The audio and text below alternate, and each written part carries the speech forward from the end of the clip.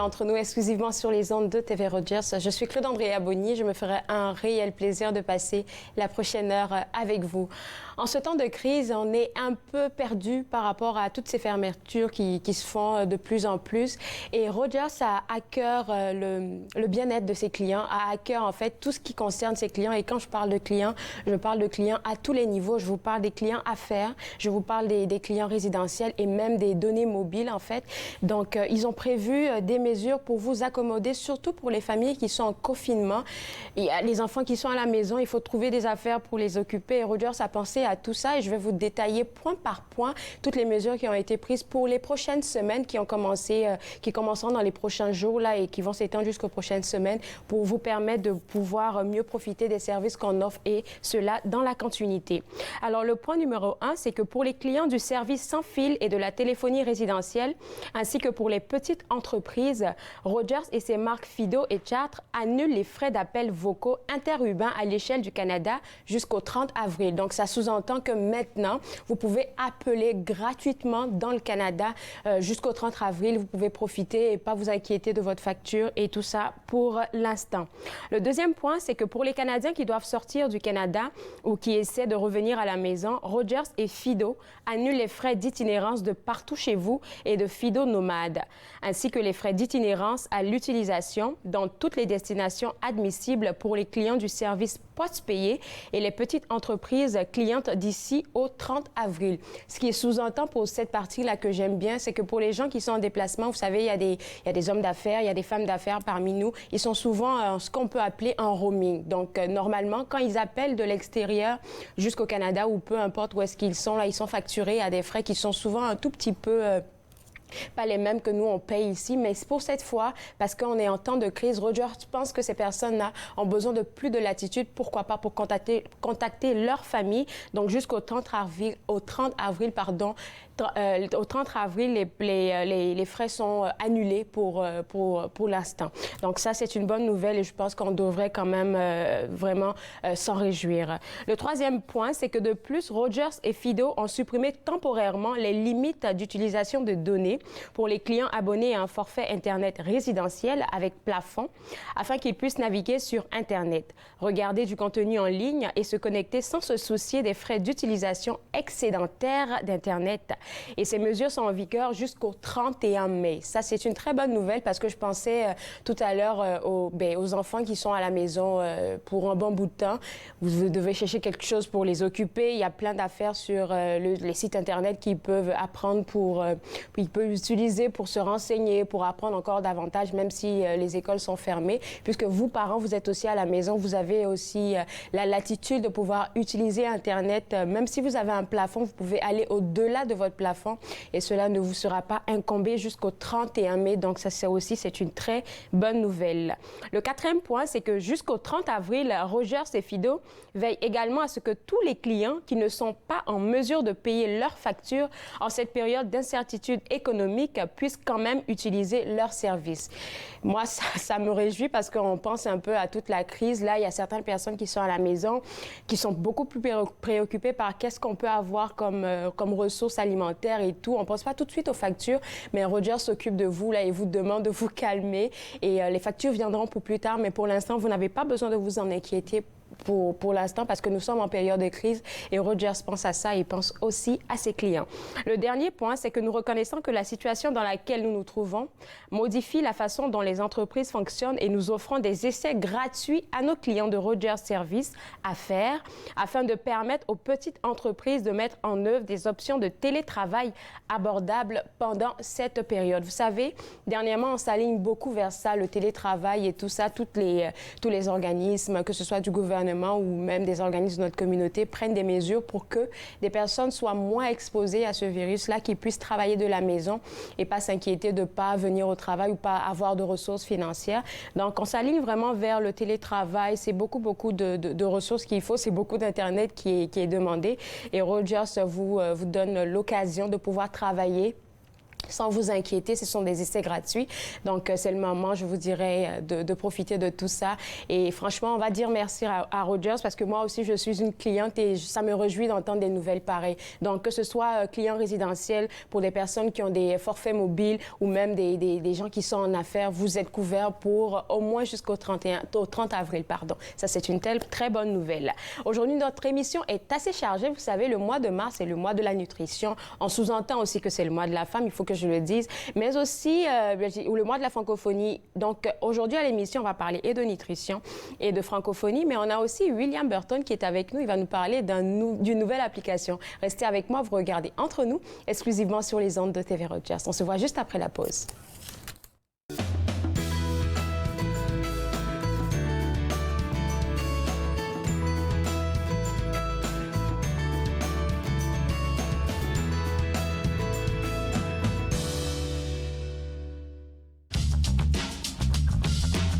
Cette émission est présentée par Télé Ella. Vous êtes enfin aux commandes.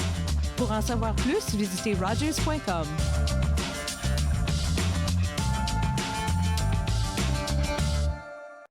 À une époque où la technologie transforme tout autour de nous, Ted Rogers révolutionne l'expérience télé des Canadiens. There was no cable. We created it the hard way. We built it. En lançant Rogers Cable, il nous permet de rire, d'encourager nos équipes et de découvrir le monde ensemble. Il y a 60 ans, Ted Rogers fonde notre entreprise pour relier les Canadiens aux gens, aux endroits et aux moments importants de leur vie pour qu'on puisse se donner plus de possibilités.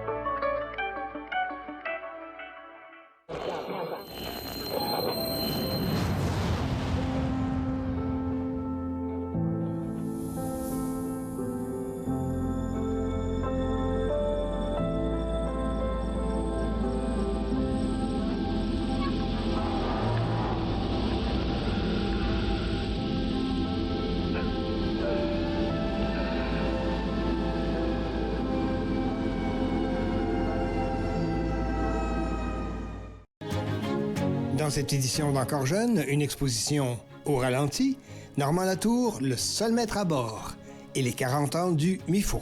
Encore jeune, dimanche 19h sur TV Rogers.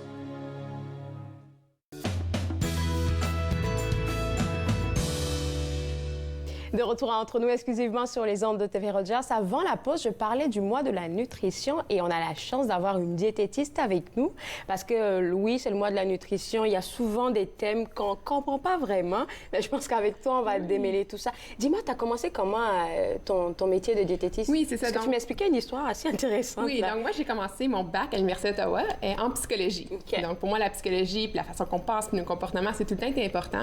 Puis ensuite, je suis vraiment tombée dans la nutrition. Qui est pour moi une grande passion maintenant. C'était pas prévu du tout. C'était pas prévu, mais tout arrive pour une raison. Exactement. Puis là, on se retrouve aujourd'hui avec le thème de la nutrition, que pour moi, qui s'aligne vraiment avec mes valeurs. Donc, on parle de comment que la saine alimentation, ça va au-delà des aliments. Okay, ouais. Donc, nos pensées, nos comportements sont aussi importants que ce qu'on mange directement.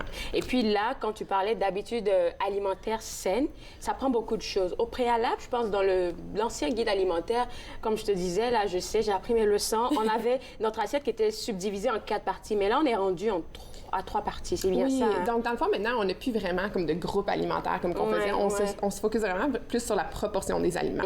Donc, je dis souvent à mes clients, comme on sait tous pas mal un peu comment bien manger, dans le sens qu'on favorise on a les des astuces, ouais. Oui, c'est ça. On favorise les légumes, les fruits, les grains entiers, les bonnes protéines. Mais souvent, ce qui se passe, c'est entre nos deux oreilles. Donc, les tentations, les pensées, les comportements. Puis c'est pour ça que, comme à ce mois ici, on veut vraiment focuser sur ça, sur nos bons comportements alimentaires. OK. Donc, il y a plusieurs comportements alimentaires. Puis, je dis, j'aimerais ça t'en partager 2 qui reviennent vraiment souvent avec mes clients. OK, ouais. Et puis, tu m'as dit que ça te tenait à cœur parce que ça a un rapport avec tes valeurs. Donc, partage-nous ça. Oui, exactement. Donc, le premier qui revient souvent, c'est prendre le temps de bien manger. Oui. Puis, avec nos vies occupées, on sait que le temps, ça vient vraiment comme une ressource qui est limitée. Puis, souvent, notre nutrition en souffre. Okay. Donc, prendre le temps de bien manger, ça... Parce qu'on ne digère pas bien aussi, on ne mâche pas bien. Oui, bien, c'est ça. Bien, il y a 2 parties. Donc, la première, c'est la préparation puis la planification planification. Donc, souvent, on prend pas le temps de planifier. Donc, on se laisse vraiment dernière minute parce que, tu sais, on est stressé, on a pris plein de décisions pendant la journée. Puis là, on vient vraiment comme, OK, qu'est-ce qui est plus facile? À faire. Donc, on met moins d'intention derrière notre nutrition. Donc, vraiment préparer ce qu'on veut avoir puis bien planifier notre semaine, ça nous donne vraiment une chance d'avoir plus de succès avec une saine alimentation. Quand on parle de planification, c'est vraiment de préparer, je dirais, nos repas, nos lunchs, comme au préalable, comme ça on n'est pas pris avec le temps à choisir. Oui, exactement. Comme je dirais, comme souvent avec mes clients, je dis comme choisis une journée, là, prends 1-2 heures, puis regarde ta semaine. Qu'est-ce que tu veux avoir? Le week-end, par exemple. Le week-end, quand on a plus de temps. Puis souvent, regardez les circulaires. Comme il y a souvent des ventes. Donc, comme ça nous aide à sauver du temps puis sauver de l'argent. Donc, on ressort gagnant avec ça. C'est tellement vrai. Puis là, ici, j'ai une petite recette que j'ai faite vraiment rapidement. Tu m'as donné faim, c'est pas gentil, pas encore midi. Oui, non, je sais. Mais là, ça ici, tu vois, c'est une soupe repas qui se fait très, très rapidement. Comme en 40 minutes, tout est fait. Puis je pense que j'ai une batch qui va me durer 4 jours. OK, c'est bon. Donc, encore qu'on voit qu'il y a comme la planification, ça nous sauve du temps en bout de ligne. Puis comme ça me permet vraiment de bien manger pour le reste de la semaine. Qu'est-ce qu'on a ici? Ici, c'est une soupe taco. OK. Donc, dans le fond, on a comme du bon bœuf haché maigre. On a plusieurs légumes que j'ai rajoutés. On a des bonnes légumineuses qui fait vraiment un repas qui est complet puis qui est vraiment délicieux. En même temps, on mange bien et puis en même temps, on a des nutriments qu'il faut. Ben oui, c'est ça. OK. Puis là, notre deuxième partie, une fois qu'on a tout planifié, tout préparé, c'est vraiment de prendre le temps de manger. Donc, souvent, on mange là on the go. On est à la course, on mange. Mais on sait qu'il y a plusieurs bénéfices à manger puis prendre le temps. Comme que tu disais, optimiser la digestion. Ouais. Donc, se donner le temps de bien manger. Mais aussi, côté de faire des bons choix alimentaires, d'éviter de trop manger, puis vraiment de savourer nos aliments. OK. Est-ce qu'on devrait arriver à un stade où on se dit on devrait réduire nos portions?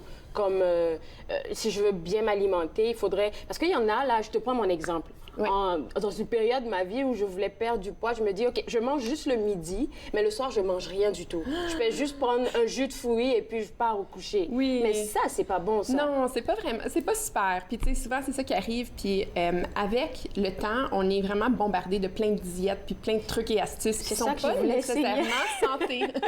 Puis, c'est pour ça de voir des diététistes qui sont experts en nutrition, c'est vraiment important parce que c'est toutes des croyances qu'on a puis qu'on accumule à travers le temps. Mais justement, ça, dans le fond, pas manger ou éviter de manger pour vraiment changer l'apparence de notre corps, c'est pas un comportement qui est sain. Puis qu'en bout de ligne, ça nous rend pas vraiment plus en santé. Donc, si on peut se concentrer sur nos vraiment bons nutriments à travers la journée, puis comprendre un peu plus au niveau de ton corps ce que tu as besoin, ça nous permet vraiment d'avoir une meilleure relation avec la nourriture, puis santé. Oui, c'est ça. Une meilleure relation avec la nourriture, j'aime bien ça parce que dans cette fameuse diète que j'avais vue, il fallait éviter le sucre et tout, alors que moi, je suis un terrain anémique, donc j'ai de l'anémie, là. Donc, j'avais souvent des vertiges. C'est là que je comprenais pas, alors que moi, j'ai besoin de sucre. Ouais. Donc, il faut faire très attention à qu'est-ce qu'on fait. Oui, c'est ça. Puis pas aller vraiment à l'extrême. Puis là, le deuxième comportement qu'on voulait parler, c'est vraiment être en pleine conscience. Donc, vraiment prendre conscience de lorsqu'on mange, comment qu'on se sent par rapport à la nourriture, nos sensations physiques, nos sensations de faim, de satiété. On parle de pleine conscience, vraiment. OK, moment présent. De reprendre le temps. Ça, c'est quelque chose, en anglais, on dit le mindful eating. C'est un comportement qui devient de plus en plus populaire, mais avec de très bonnes raisons. Comme c'est tellement une bonne façon de se reconnecter avec l'expérience de manger de façon positive. Souvent, maintenant, la nourriture, pour certaines personnes, ça devient quasiment stressant. On ne sait pas quoi manger, on est pressé. Il y a beaucoup de culpabilité derrière la nourriture, souvent, qui est super dommage parce que la nourriture, c'est bon pour nous, ça nous donne de l'énergie. Donc, avec l'alimentation en pleine conscience, ça nous donne vraiment le temps de se reposer, de vraiment repenser à l'entraînement. Les deux pieds sur terre, oui. Puis de vraiment de regarder, OK, quand que je mange, qu'est-ce qui se passe au niveau physique puis au niveau psychologique aussi? C'est quoi mes pensées que j'ai, les comportements que j'ai? Ça va loin. Ça va loin. Le thème, c'est ça, au-delà des aliments. Au-delà des aliments. C'est ça, puis c'est justement... Puis le but de faire ça, c'est pas de changer. Le but, c'est vraiment de penser à comment qu'on agit, qu'est-ce qu'on pense sans jugement. Donc, juste vraiment de prendre la conscience. Parce qu'une fois qu'on est conscient de ce qu'on fait, de nos comportements, c'est là qu'on peut faire comme, OK, ça ici, c'est à retravailler pour vraiment faire la paix avec la nutrition. Puis comme, OK, wow, je peux bien manger puis me sentir bien. Oui. Puis il y a une astuce quand tu parles de pleine présence, de pleine conscience, là, qui me revient parce que j'en ai parlé un peu avec une représentante du musée de l'agriculture, là, et puis qui disait que c'était l'une des recommandations, des exemples qui étaient dans le guide alimentaire, qui est de manger en bonne compagnie. J'étais comme, OK, qu'est-ce que ça a à voir? Mais c'est ça, pleine conscience, pleine présence. Oui, puis comme la nourriture nous donne, oui, ça nous donne des bons nutriments pour notre corps pour qu'on ait l'énergie, mais c'est tellement une opportunité de connecter avec d'autres personnes, puis partager nos traditions, notre culture, puis vraiment avoir une bonne expérience alimentaire. D'accord. Oui, et puis quand on regarde pour, disons, le monde à la maison, on dit, ah, ben comment que je commence? On dirait que ça sonne tellement gros. Pourquoi t'es dans ma tête ou quoi? C'est ça que j'allais te demander. OK, toi qui es diététiste, là, OK, qu'on fait quoi? On commence quoi? Mais c'est ça, parce que ça ressemble, tu sais, c'est gros. Puis le côté psychologie, t'es comme, veux-tu vraiment m'aventurer? Puis est-ce que je vais y aller? Est-ce que je vais y arriver? Il y a toutes ces questions-là. Oui, c'est ça. Donc, la première chose que je vous dirais, c'est vraiment, quand on prend le temps de manger, d'enlever les distractions.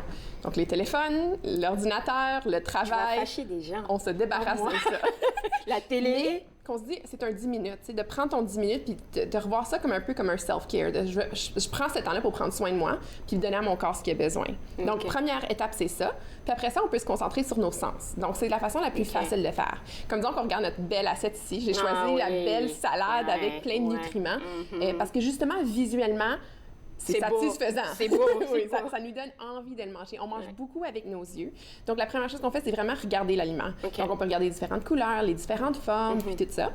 Après ça, il va y avoir l'odorat. Donc, là, moi, en ce moment, là, c'est dur à sentir parce qu'il y a beaucoup de choses qui se passent, là. Mais j'ai mis comme une vinaigrette aux agrumes. Donc, on sent un peu les agrumes. Puis un peu se concentrer sur les senteurs qui ressortent de nos aliments. Fait qu'il faut éveiller tous nos sens qu'on est en train de manger. On éveille tous nos sens, exactement. C'est pas juste le gustatif, là, mais vraiment... Oui, c'est ça. Puis ça nous permet de revenir dans le moment. Par ça, la texture qui peut soit être au toucher, mais aussi dans la bouche. C'est voir, quand on met l'aliment dans la bouche, c'est quoi la texture? Est-ce que c'est croquant? Est-ce que c'est juteux? Est-ce que c'est mou? Puis après ça, on va au goût. Alors, c'est quoi les saveurs que tu ressens? Avec une assiette comme ça, c'est vraiment facile de faire l'expérience parce qu'on voit qu'on a beaucoup de saveurs différentes, on a beaucoup de textures différentes. Ça me fait penser à un bon milkshake. Oui!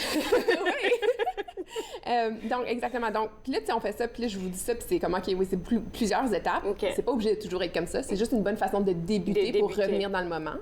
Puis, en faisant ça, la deuxième étape, c'est de voir, OK, au niveau psychologique, c'est quoi mes pensées? Alors, pendant que je mange ce super repas-là, qu'est-ce qui se passe dans ma tête? C'est quoi les pensées que j'ai puis les comportements que je veux? Est-ce qu'il y a de la culpabilité? Est-ce que je suis comme, je suis fière parce que je mange des légumes? Ou, c'est vraiment essayer de voir. Il faut changer aussi le langage intérieur par rapport à la nourriture parce que tu parlais de se réconcilier avec la nourriture, ça passe par là. Oui, exactement. Puis ça vient, tu sais, comme tout ce qu'on entend à travers le temps, les différentes diètes, puis tout ça, qui nous dit que certains aliments sont bons, puis certains aliments sont moins bons. Avec plein de diètes, là, je pense à... Comment ça s'appelle? Déjà, ça commence par un K, là. Keto. Keto, oui. Il y a plein de controverses là-dessus, là, mais on va pas aller vers là. Non, on passera pas notre temps sur ça, mais c'est ça. C'est justement vraiment refaire la paix avec les aliments, puis remarquer que oui, on peut bien manger, puis aimer ce qu'on mange, puis vraiment se sentir en paix avec. Ça prend de la planification, comme tu l'as dit en tout début d'entrevue, c'est ça qu'il nous faut. Oui, la planification, puis prendre notre temps avec notre alimentation. Merci beaucoup, Marie-Pierre. Mais là, c'est vrai qu'on ne peut pas toujours sortir en ce temps de crise, là, mais on peut toujours aller sur ton site web, je pense. Oui, c'est ça. Alors, moi, c'est ça, je travaille, j'ai ma clinique à Ottawa, donc vous pouvez toujours me contacter. Mon nom de compagnie, c'est The Balance Dietitian, parce qu'on recherche l'équilibre. Puis oui, en ce temps de crise aussi, on se retourne beaucoup vers la nourriture pour le stress. Pour le stress. Donc, essayer de vraiment réparer notre relation avec la nourriture pour avoir une bonne relation, puis avoir une bonne expérience positive avec la nourriture, c'est important. Puis je suis toujours là pour aider de ce côté-là. Merci beaucoup, Marie-Pierre, d'avoir partagé tout ça avec nous. Et vous, à la maison, le site web est à l'écran. Vous pouvez aller voir qu'est-ce qu'elle fait et pourquoi pas la contacter. Elle peut travailler par télétravail. Je suis pas mal sûre. Là. Elle est déjà formée pour ça. Après la pause, on vous parle d'une campagne qui s'en vient à la Maison Fraternité. Vous regardez Entre nous, exclusivement sur les ondes de TV Rogers. Merci.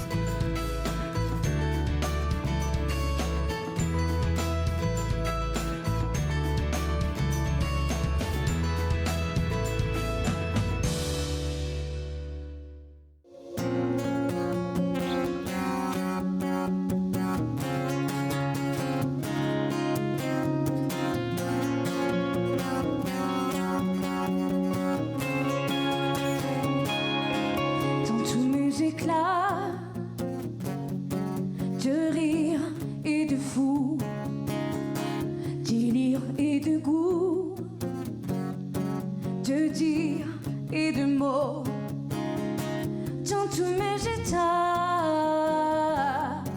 de foi et de tout, d'Ilan et de toi,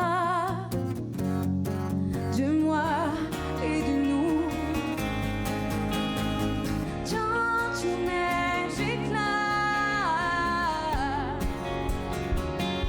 On se dévoilera, on se dévoilera. Chez nous, à nous, ouvre grand les bras. toi me saoule déjà.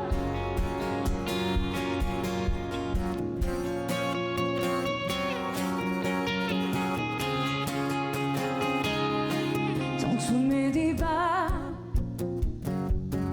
de terre et de cris.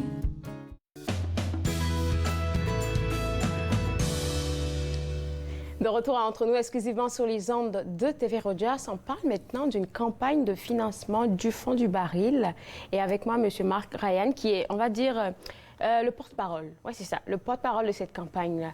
Est-ce qu'on peut mettre un peu en contexte, c'est quoi cette campagne? Alors, je veux souhaiter à tous les Irlandais, évidemment. Oui. Pourquoi pas l'apporter là? Je peux? Est-ce que je peux l'emprunter pour l'entrevue? Parfait. Je serai toute belle. OK, on y va pour la campagne. Dans la campagne Fonds du baril, je l'ai tout simplement imaginé l'an dernier quand j'ai appelé la maison Jean Lapointe, et puis qui s'occupe justement... Ça, c'est au Québec, carrément. C'est au Québec. Ouais. Et puis, je leur ai demandé, est-ce que vous avez des projets en Ontario? Et puis, la réponse a été non. Ben, j'ai dit... Ça nous prend ça en Ontario.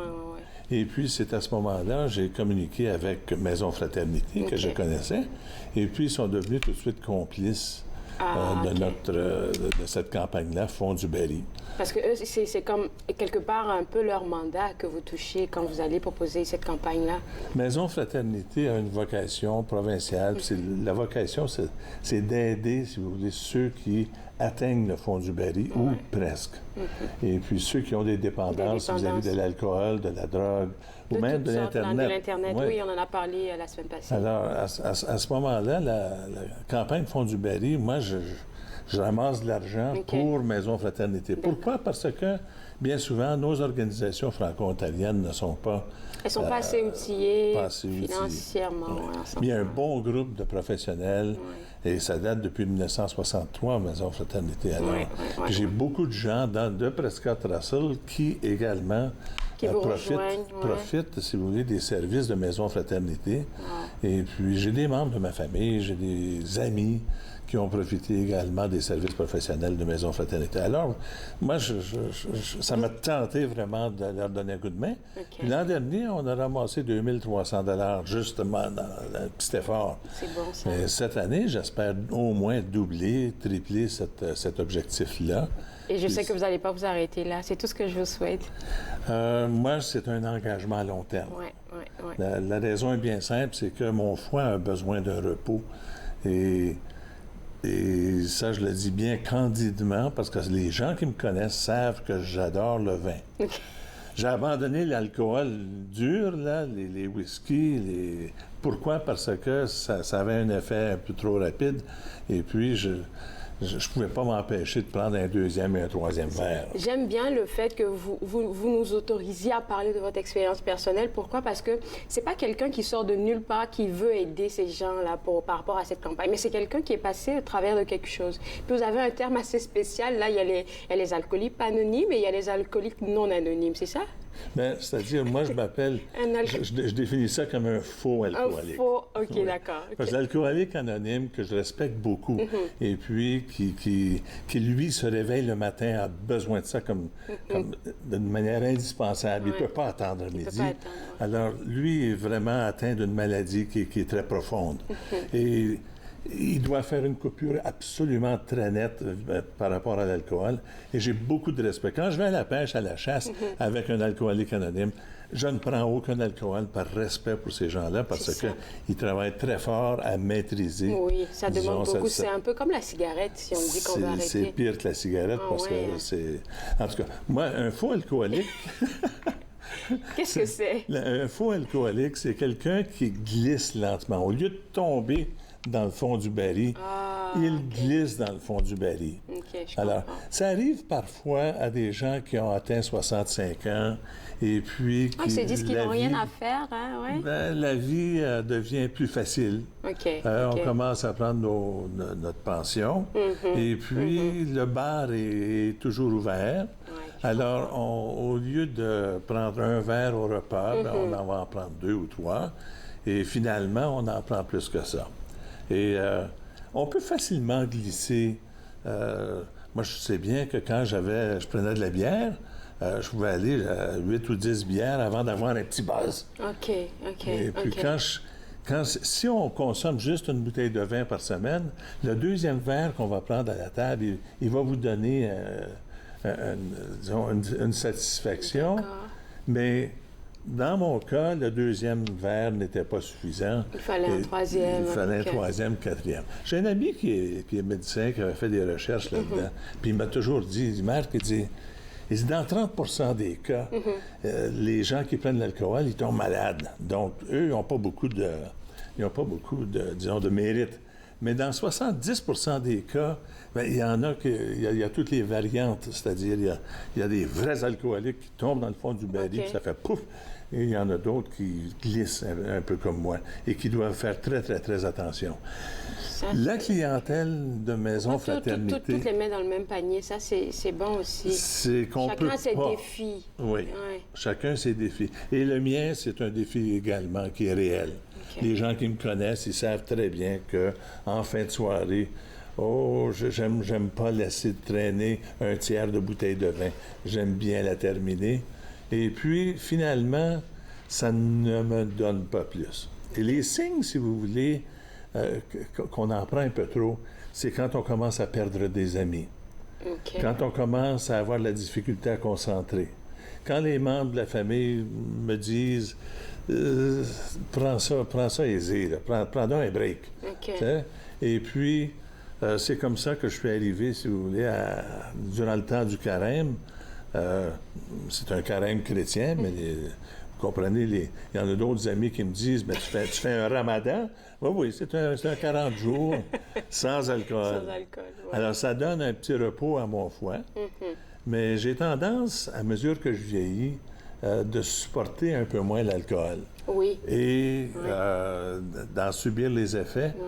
Parce que le foie, c'est un organe qui se régénère. Exactement. Mais il faut lui donner un repos.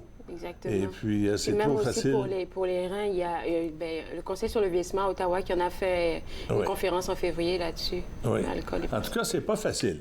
C'est pas facile. Les gens qui me connaissent, ils savent que c'est un sacrifice réel. Mais je les invite à mettre de côté ou consacrer, si vous voulez, l'équivalent d'une, 2 ou 3 bouteilles de vin et déposer au fond du baril, parce que c'est très, très facile maintenant de simplement pitonner fondubaril.com et puis tout de suite, vous êtes sur le site et vous pouvez faire un don.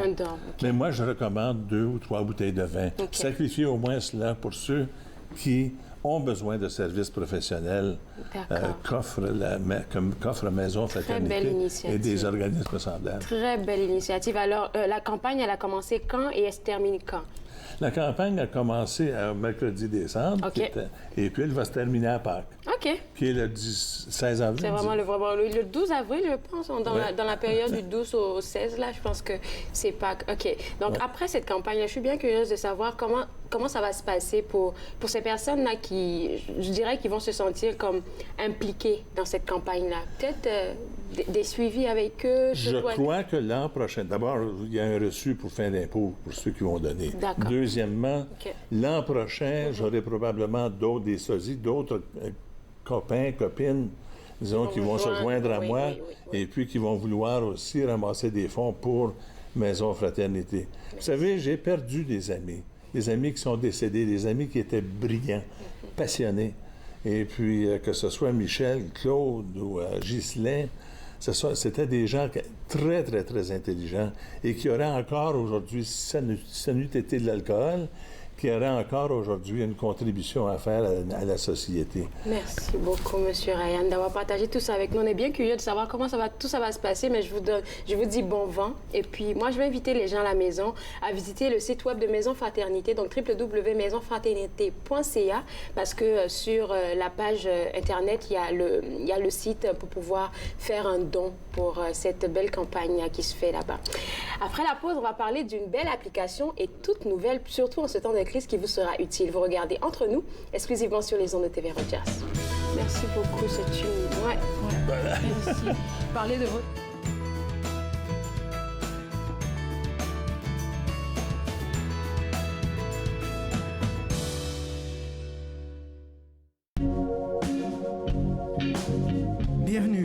radio sensuelle avec Jesse Benjamin. Light beam sur le plancher, code rouge dans les tranchées. Faut pas appeler la police, un délit du délice. Side shoes pour la grand-mère, big boost pour les confrères. Quand t'es dans la chaise, étiré sans malaise. Entre nous c'est bon, c'est fini les questions.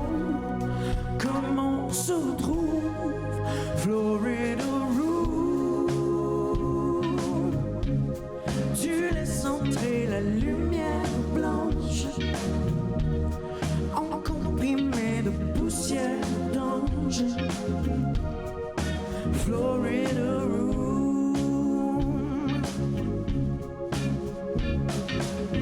Gauche-droite, on est tombé, la langue et le dentier. Tant mieux si ça cesse, y'a pas que ça la fête. So sweet, on a lâché, on crame sous les UV. Mais qu'est-ce que tu racontes? On joue pas contre la montre. Sunshine dans la cour, où traînent les beaux jours.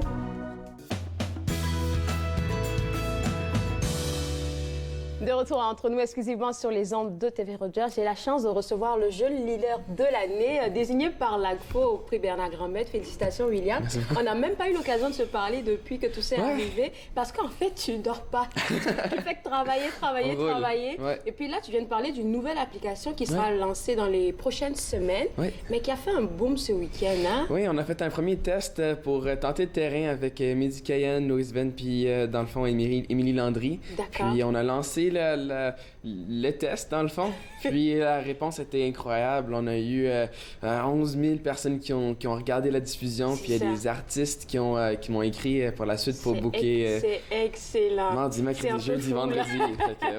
Alors dis-moi, l'application à la base, elle était censée être utile pour quoi? C'était pourquoi? Ça fait depuis septembre qu'elle est lancée en phase 1. C'était vraiment de créer un calendrier culturel pour que tout le monde puisse avoir accès aux événements rapidement. OK. Puis sur l'application, on avait les vidéos YouTube, notre Instagram, le Spotify, tous les autres services.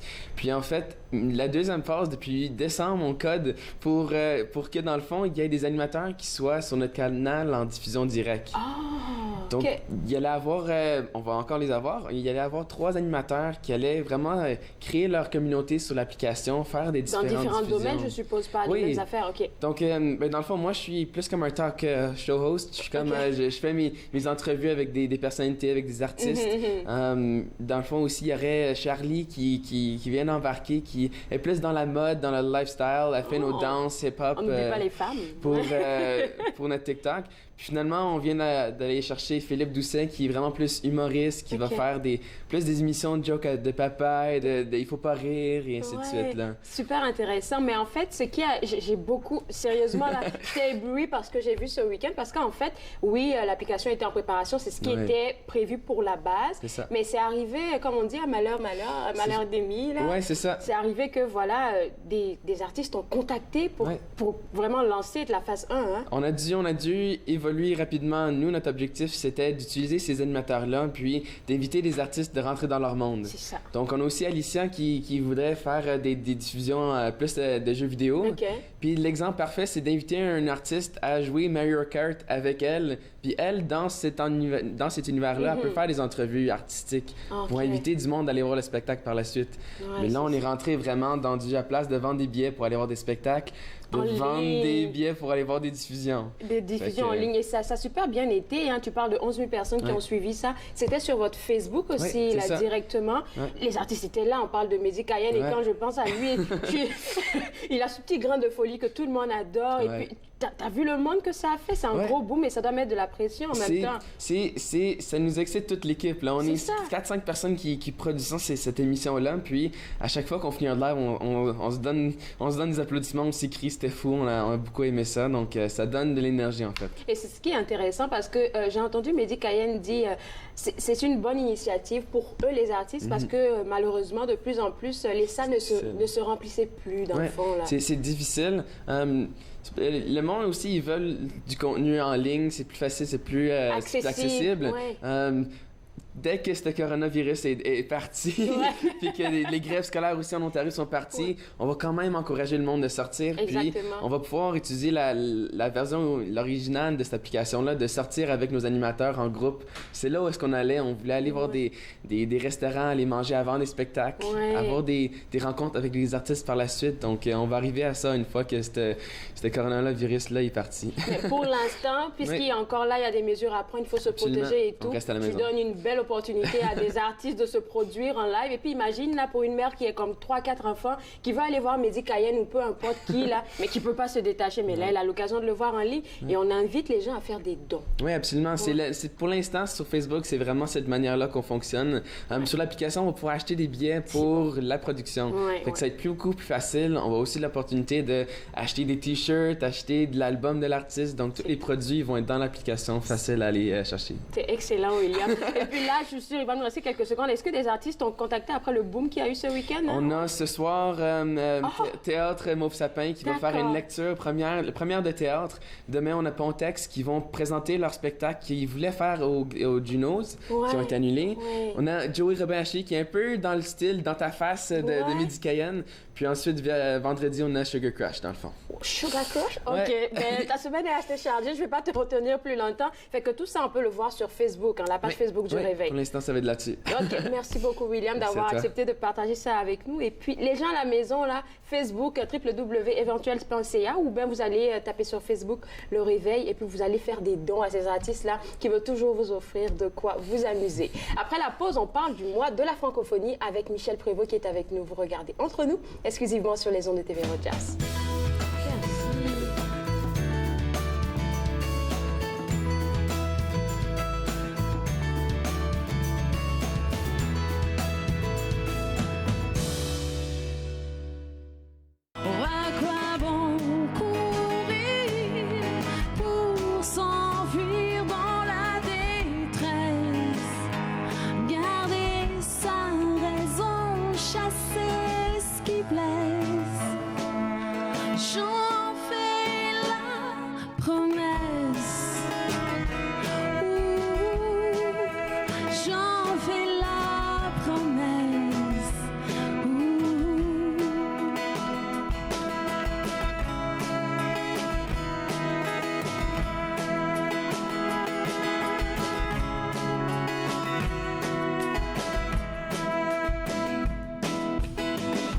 La vérité n'est jamais où l'on pense. Quand on se rapproche, elle nous devance. Avec tous ces mensonges et tout ce qu'on nous fait croire. Oh, c'est à peine si on se reconnaît dans le miroir. Oh, à quoi bon courir pour s'enfuir dans la détresse? Garder sa raison, chasser ce qui blesse. J'en fais la promesse.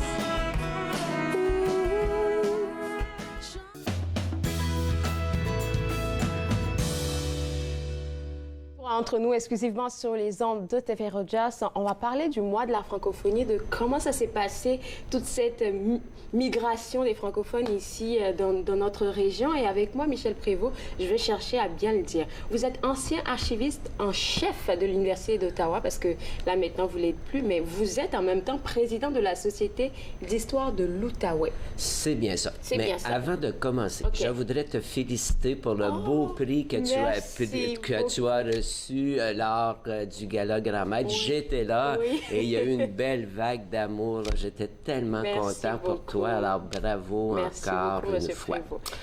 Alors la francophonie.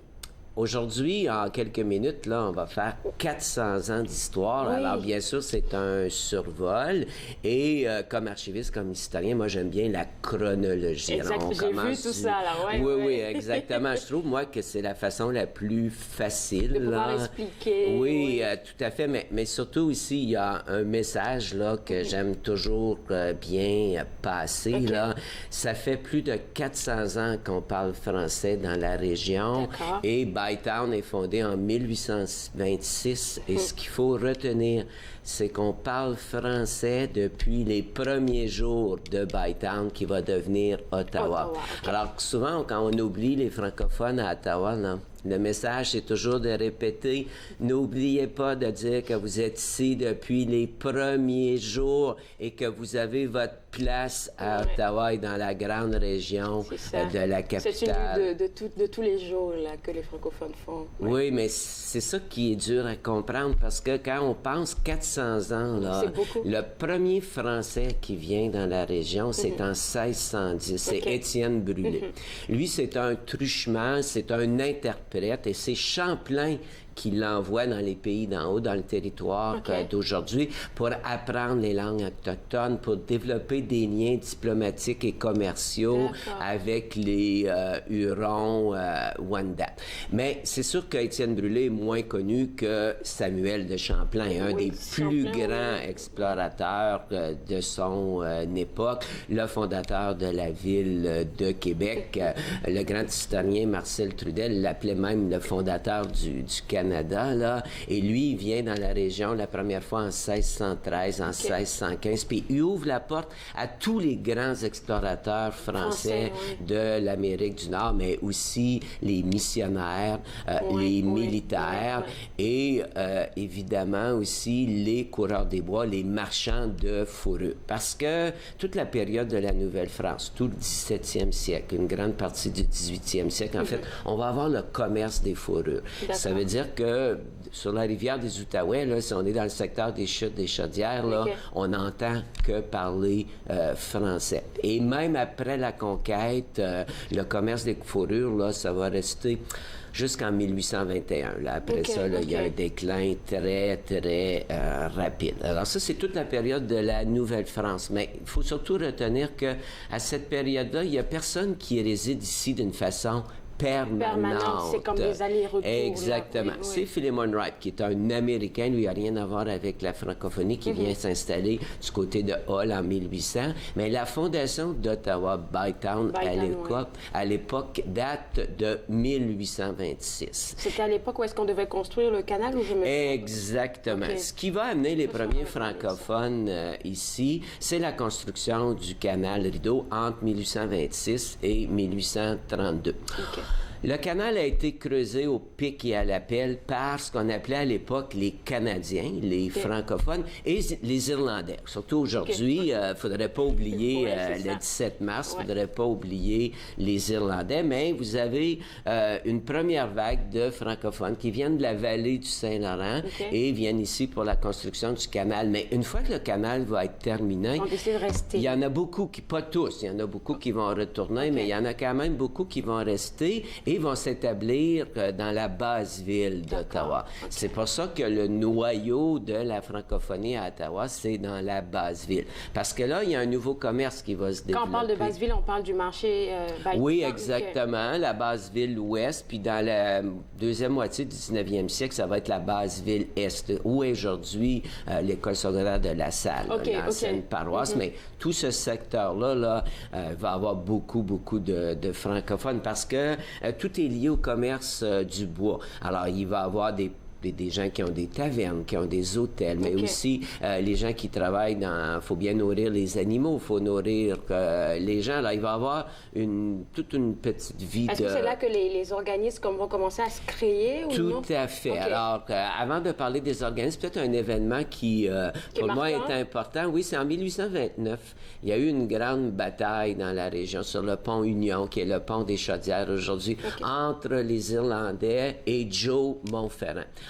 Oui. Alors, Joe Monferrand, à l'époque, lui, il mesure 1m93, 6 pieds 4. C'est un géant. Et il va devenir le grand défenseur des Canadiens français.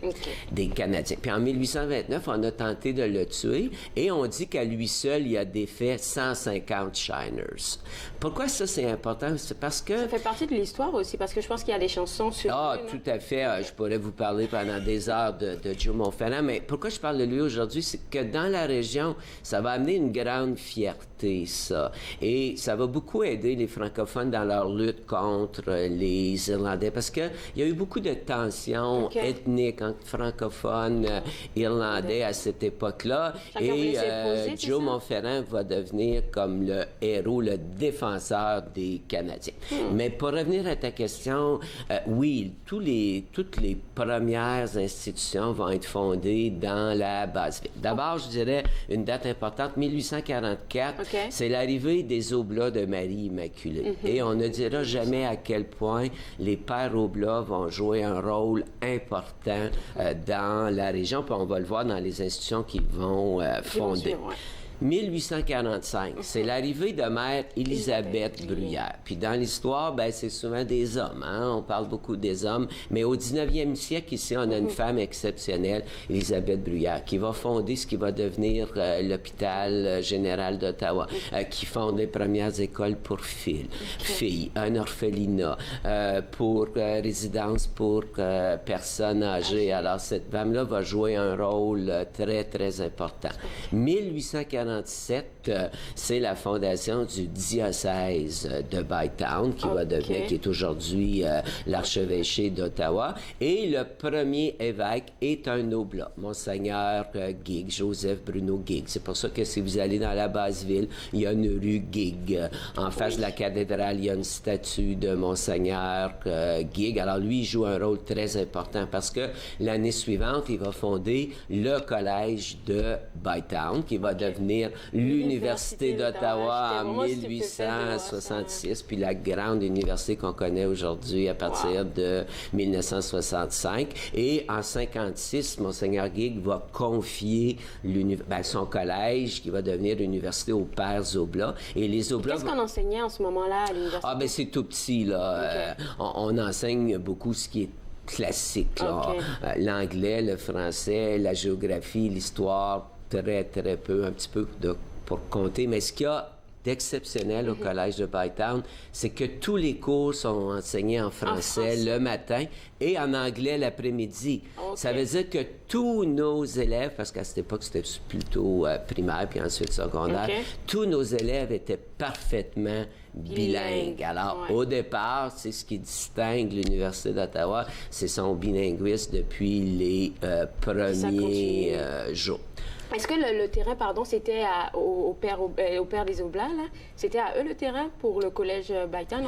En fait, au départ, ils sont dans la Basse-Ville. Puis en 1856, Louis-Théodore Besserère, qu'on leur considère comme le père de la Côte-de-Sable, lui va donner des terrains sur le site où est l'université aujourd'hui. Alors, M. Besserère, c'est lui qui a donné les terrains parce que, en fait, les Pères Oblats étaient très visionnaires, puis ils ont vu que leur institution était pour prendre beaucoup d'expansion. Puis la Basse-Ville va vraiment se peupler. Alors, très rapidement, il n'y a pas assez de place, là. Alors, c'est pour ça qu'on s'est installé dans la côte de Sable. D'accord. 1852. Une institution qui existe toujours aujourd'hui, c'est la plus ancienne institution culturelle de la ville d'Ottawa, puis c'est francophone, c'est l'Institut canadien-français, qui est fondé par Joseph Balsura-Turgeon, qui, l'année suivante, devient le premier maire francophone de Bytown, parce que Bytown devient Ottawa en 1850. 52. En fait, il devient maire en 53. Il fonde l'institution, mais... 1858, premier journal francophone à Ottawa. Puis, entre 58 et 1910, il va y avoir quand même 29 petits journaux, mais la plupart ont une vie très, très courte. 1859, il va y avoir une nouvelle vague de francophones. On vient ici pour la construction des édifices du Parlement. Parce que les la francophones reine... qui nous venaient d'où, cette vague-là? Ils viennent encore de la vallée du Saint-Laurent. De Saint-Laurent. Oui, exactement. Parce qu'à l'époque, la vallée du Saint-Laurent est surpeuplée, il y a manque de terre. Alors, certains vont commencer à aller vers les États-Unis, mais le clergé, l'élite veut qu'on reste ici. Et c'est pour ça qu'en 1849, Monseigneur Guigues avait fondé une société de colonisation. Alors, on va dans les vieilles paroisses francophones du Québec et finalement, c'est pour ça, par exemple, qu'à Orléans, il y a beaucoup de francophones qui vont arriver. C'est des agriculteurs. Puis dès 1860, on peut fonder une paroisse francophone Saint-Joseph. Parce qu'aujourd'hui, la ville a pris beaucoup d'expansion, mais à l'époque, tout ce qui est en banlieue, c'est très agricole et très francophone. Là, je parle de l'Est, je parle pas de l'Ouest qui est anglophone, mais l'Est va être très francophone. D'accord. Il va nous rester 5 minutes 45. Il faudrait qu'on passe parce que là, il y a de très belles affaires qui s'en viennent. En 1866. Bien là, c'est le Parlement. Il ne faut pas oublier que la reine Victoria avait choisi Ottawa comme capitale en 1857, mais ce n'est qu'en 1866 que le Parlement du Canada uni, puis en 1867, c'est la Confédération. Alors là, vous avez toute une vague de francophones, parce que vous avez les députés francophones, vous avez les sénateurs francophones, vous avez aussi tous les hauts fonctionnaires et le personnel. Mais il ne faut pas croire qu'à l'époque, là, les notions de bilinguisme n'existent pas, mais vous avez quand même beaucoup de francophones qui arrivent. 1875, c'est la Cour suprême du Canada. Là, vous avez des juges en chef qui arrivent aussi, qui sont francophones. Vous avez besoin d'avocats, vous avez besoin de personnel francophone. Alors, c'est bien sûr que le fait qu'Ottawa est devenu la capitale du Canada, à l'époque, c'était 4 provinces, puis après ça, ça va s'ajouter. C'est ce qui explique pourquoi, là, il y a tant de francophones qui arrivent à Ottawa. Puis on le voit par la création de paroisses. Il y a beaucoup de paroisses qui sont fondées dans la dernière partie du 19e siècle. Par exemple, 1873, c'est Sainte-Anne. Vous avez aussi Notre-Dame de Lourdes. Puis il y en a toute une série, là, jusqu'en 1901, c'est Sainte-Famille. 1908, c'est Saint-Charles. Alors, on voit là que la progression. En fait, en 2 mots, on peut dire que pendant tout le 19e siècle, il y a quand même 1/3 de la population d'Ottawa qui est francophone. Au recensement de 1911, sur 72 000 francophones, une population de 72 000 à Ottawa, il y en a 22 000 qui sont francophones, c'est-à-dire 30,3 Si on compare aujourd'hui, c'est 15 Aujourd'hui, c'est certain que le nombre absolu de francophones a beaucoup augmenté, mais le pourcentage a tombé de moitié si on compare là, à un siècle. Là. Ben, pas juste les premières années, on pourrait dire pendant tout le 19e siècle. 1911, quand même, 30 c'est très important. 1910, c'est ici qu'on va fonder ce qui est l'ancêtre de l'Assemblée de la francophonie et une date surtout qu'on a fait une émission ensemble sur ça. 1913, la fondation du journal Le Droit, qui va devenir un journal de combat, puis qui continue aujourd'hui. Parce qu'il y avait un autre journal à l'époque qui s'appelait Le Temps. Mais en 1916, il va disparaître parce que Le Droit va prendre toute la place. Ah ben oui, puis des 2 côtés de la rivière. Le Droit aussi joue un rôle très important en Outaouais. Alors, on voit que ici, là, c'est ça qu'il faut retenir. Il y a un siècle, là, il y a plein d'institutions francophones. Puis vous avez ce qui aujourd'hui fait partie de la ville d'Ottawa, mais vous avez quand même Vanier, là, qui est un bastion, tout à fait, 1909.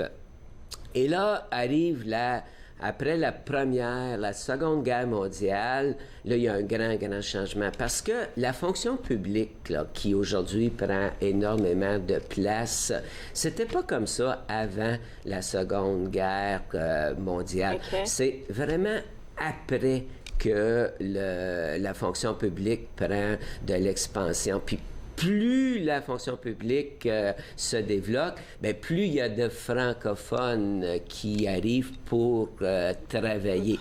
Mais attention, il ne faut pas croire que ces francophones-là travaillent en français. Parce que on a une autre date importante, 1896. Il va me rester 1 minute 15 par là. Oui, bon, alors, c'est Wilfrid Laurier, en 1896, devient le premier francophone premier ministre du Canada. Il s'installe à Ottawa, il va passer une très, très grande partie de sa vie. Il est premier ministre de 1896 jusqu'en 1911. Il reste chef de l'opposition jusqu'en 1919. Mais pour vous dire à quel point, là, les Ottaviens, là, étaient tellement fiers. Puis on pourrait dire aussi les Canadiens français. À l'époque, on appelle les francophones. Ça a commencé par l'administration, des spécialistes comme des avocats, des juges, et puis tout à fait. Là, on a ça, c'est vraiment... Mais à l'époque, c'est Wilfrid Laurier ne va pas se battre pour que la fonction publique devienne bilingue, pour qu'on ait des thèmes bilingues. Il y a eu une très, très grande fierté, mais il ne faut pas voir que la fonction publique, à l'époque, là, ça ne va rien changer pour les francophones.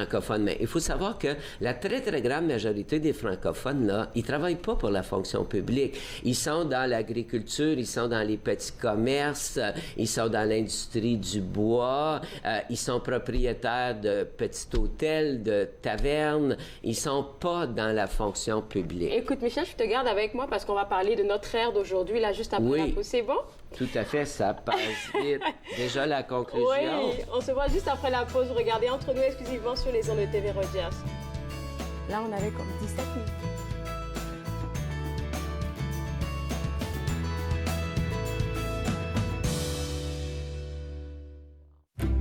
Je suis membre pour aider les autres. Parce que ça fait partie de mes valeurs. Pour donner l'exemple à mes enfants. Je suis membre pour servir ma communauté. Pour changer la vie de quelqu'un. Pour reconnaître les sacrifices faits pour nous. Je suis membre pour ma mère. Mon grand-père. Mon voisin. Pour ceux et celles qui ont servi. Et qui servent toujours. Je suis membre. Je suis membre. Je suis membre de la Légion.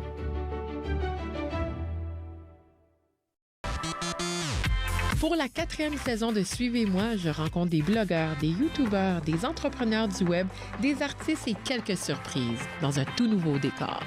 Suivez-moi, jeudi 20h sur TV Rogers. Voici comment vous pouvez réduire vos risques d'être malade inutilement. Lavez souvent vos mains à fond avec de l'eau et du savon ou un désinfectant à base d'alcool. Évitez de toucher votre visage sans avoir lavé vos mains. Toussez et éternuez dans un papier mouchoir ou le creux de votre bras. Lavez et désinfectez les surfaces touchées fréquemment telles que les téléphones et poignées de porte. Restez à la maison lorsque vous ne vous sentez pas bien et surveillez vos symptômes. Pour obtenir des renseignements complets et mis à jour, visitez le site Internet de l'Agence de santé publique du Canada. Exposés, discours, conférences, c'est à Podium que vous les retrouverez. Il y a eu différents événements déclencheurs. On se comprend qu'être artiste, c'est pas une job normale. Podium, mardi 21h sur TV Rogers. De retour Entre nous exclusivement sur les ondes de TV Rogers, toujours avec M. Prévost, notre historien, je devrais dire, de ce jour, parce qu'il nous a fait toute la chronologie de la francophonie ici dans la région. Puis là, on est rendu à la loi sur les langues officielles. Oui, ça va amener beaucoup, en particulier, beaucoup de Québécois. Alors, en 1968-69, la loi sur les langues officielles, on invite les francophones, on dit, vous pouvez travailler en français, vous avez votre place ici. On sait que ce ne sera pas toujours comme ça, mais il y a quand même un grand vent de changement. Les mêmes années, les écoles secondaires publiques francophones. Alors, là, il y a une très, très grande ouverture. 1965, l'Université d'Ottawa qui devient une institution privée, Fondation de l'Université Saint-Paul. 1990, la Cité. Et malheureusement, tout est positif, mais en 97 jusqu'à l'an 2002, il y a eu toute la crise de l'hôpital Montfort. C'est là qu'on a découvert Mme Gisèle Lalonde. On la connaissait déjà avant, mais à travers tout le Canada. Et là, ça démontre que même si les francophones sont ici depuis les premiers jours de Bytown, il faut toujours se battre, là. Mais ça, c'était un élément tournant, là, un réveil. Mais je vous dirais, ce qui est le plus important, peut-être depuis 2000, là, c'est la diversité. Les francophones, maintenant, là, arrivent de partout à travers le monde. Puis il y a une intégration et ça change la francophonie à Ottawa. Merci beaucoup, M. Prévost. Super fin. On se voit demain. Faites-nous part de vos commentaires en composant le 613-521-2323 par courriel sur Facebook et Twitter.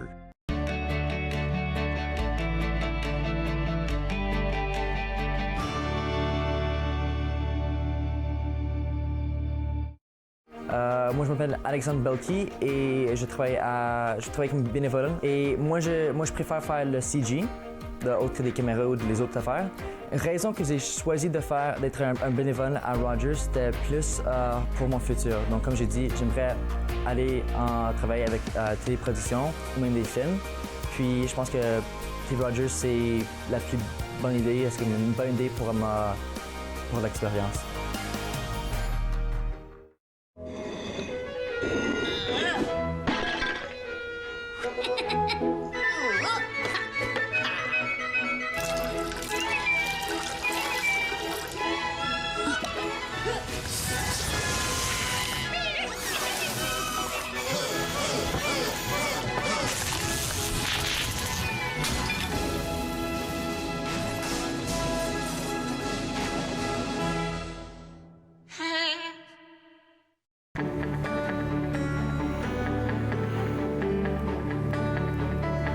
Regardez TV Rogers, Ottawa.